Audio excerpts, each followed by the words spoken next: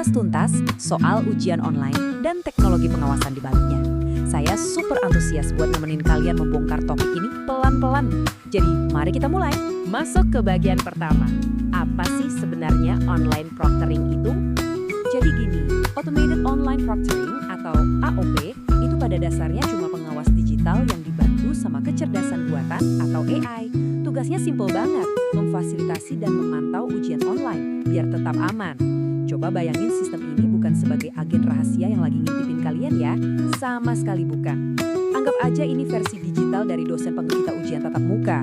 Tujuannya murni cuma buat mastiin semuanya tertib dan sesuai dengan aturan main yang ada.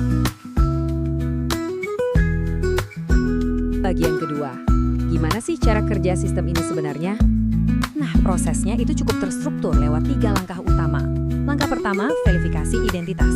Sama persis kayak ngasih unjuk kartu mahasiswa sebelum masuk ruangan, sistem cuma butuh mencocokkan wajah kalian sama foto profil resmi dari kampus.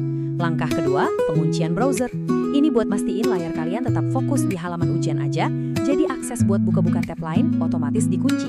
Dan langkah ketiga, pemantauan AI. Selama durasi ujian, sistem bakal otomatis mendeteksi hal-hal yang kurang wajar. Misalnya, tiba-tiba ada suara bising yang muncul, atau ada orang lain yang masuk ke dalam frame kamera kalian. Jadi kelihatan kan, ini sama sekali bukan misteri, cuma rangkaian alat yang bekerja secara sistematis aja. Sekarang, kita masuk ke bagian ketiga, menjaga integritas akademik kita. Kenapa ini penting banget? Coba kita bandingkan ya, kalau ujian dibiarkan tanpa pengawasan, itu rentan banget sama yang namanya kecurangan. Ada celah buat ketidakadilan yang pastinya merugikan pihak-pihak tertentu. Tapi dengan AOP, sistem ini benar-benar menyamaratakan arena kompetisi. Sistem ini ngelindungin kalian, mahasiswa-mahasiswa yang udah jujur.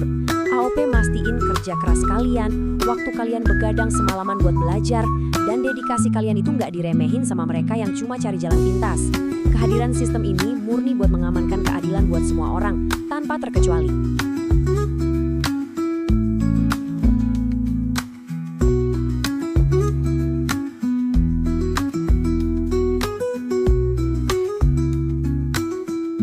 Bagian keempat, perlindungan privasi mahasiswa. Krusialnya di sini adalah pihak universitas itu punya protokol privasi yang ketat dan berlapis.